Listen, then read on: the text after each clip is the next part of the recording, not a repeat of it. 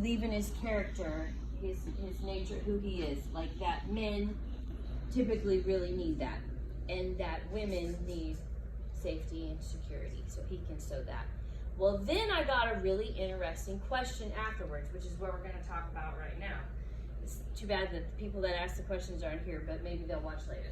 So the question was, what do you mean by believing in him? And I was like, well, I don't know. I mean, like, just believe in who he is. Believing in your husband, you said? Yeah, like, believe in who he is. Believe in his character. What does he want to do? And she was like, you mean, like, his dreams? And I was like, oh, I mean, okay. And she's like, well, what about your dreams? Do they just, you have to let them die?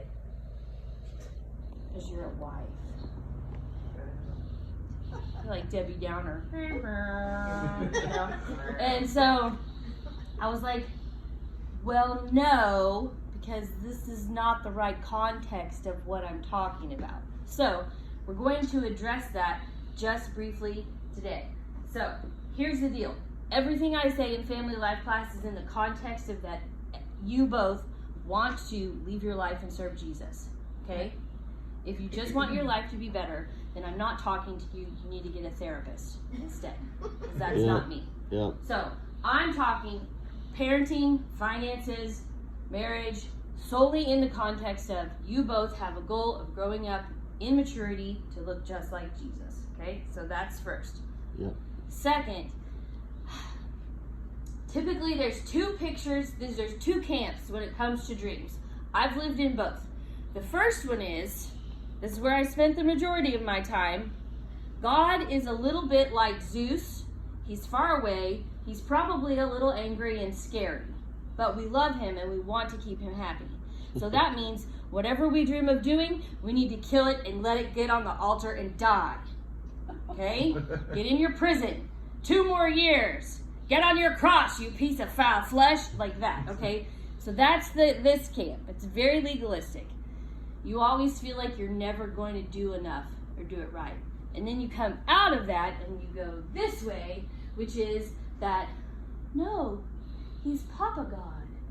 He looks a little like Santa Claus, and he loves me very much and wants me to have all of my dreams come true.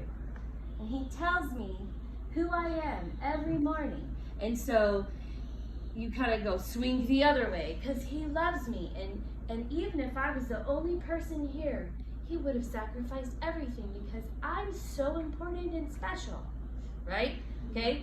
And in this camp you have, what do you dream of? What do you want to do? That's God speaking to you. That's how you know God's will for your life is, what do you dream? Okay, guys. Both of these places really suck, okay? Because guess what? Dreams are like emotions. They change, okay? God gave you the ability to have them. No, he's not speaking to you through them. Yes, they are a very good indicator of your motive. Yep, that's it. And your agenda in your heart. Yep. And that maybe there's an issue, maybe there's not an issue, okay? So, what if I'm just going to bear one of my dreams that's never going to come true, and it's okay. I really, really think it would be awesome to have a buffalo ranch. I've always wanted to have a buffalo ranch, like 100 acres filled with buffalo, and I can ride around on my horse on my buffalo ranch. What kind of horse? A Clydesdale. Okay? That's a stupid dream, guys. That's a really stupid dream.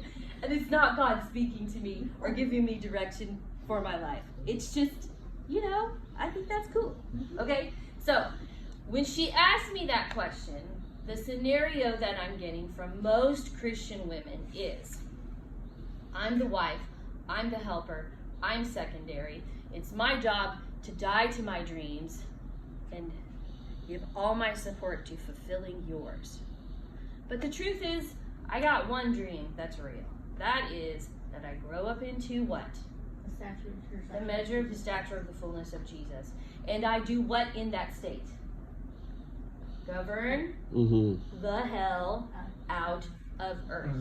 So whatever that looks like is totally fine with me. Yep. Whatever that looks like is totally fine with him. And if we have that same dream, then nobody's having to die to their dream and live for theirs. Because you know what? If I have to die to my Buffalo Ranch dream and only live my life to serve Clint's dream of, I don't know, what would Equally self-centered interests. Yes, of an equally self-centered interest, then I'm a loser. He's the winner and I'm the loser. And guess what? He has a loser for a wife. That's just no way to live, okay? So, when I talk about believing in your spouse, sowing and reaping, championing your husband, or your husband offering you safety and security, I am talking about it in the context of you are both laying down your life, you are rejecting and disowning your own self-interest, and you are living to destroy the works of darkness on this earth, and whatever that looks like, wherever that is, it's fine. Like literally, we can do that here. We could do that at the beach. That would be kind of cool, actually. I think we could do that in the mountains. We could do that in Europe. We could do that in North Korea, probably from jail, because that's what happens when you do that in North Korea. Like, you got to think about things with wisdom and, like, you know. Are you willing to go to jail? Are you willing to go to jail in North Korea for the gospel? If so, go for it. If not, then go to Switzerland, you know? Right? Does this make sense? Okay. Yeah. So, the way that you dream together. So now that I've said all of that, the way that you dream together is to dream together. I had all kinds of dreams before we got married. I had all kinds of dreams when our kids were little. I had all kinds of dreams before I started perimenopause. Flint had all kinds of dreams, you know, here, there, and everywhere. But what is the thing that we're going to do? How can we serve Jesus together? How can we destroy the works of darkness more efficiently? Mm-hmm. How can we reach more net? How can we widen the spread of our influence? Okay, that's the kind of dreams that God gets behind. Okay, because they line up with His purpose for us on the earth. Yeah. So, when you're dreaming, just sort of take stock of if you're dreaming of destroying the works of darkness or your Buffalo Ranch. And then use wisdom to place the appropriate level of weight to each thing. Okay? That's my point. Mm-hmm. So maybe the people that ask the question will watch and learn that no, they don't have to die to their dreams for their husband. They do for Jesus. Yeah.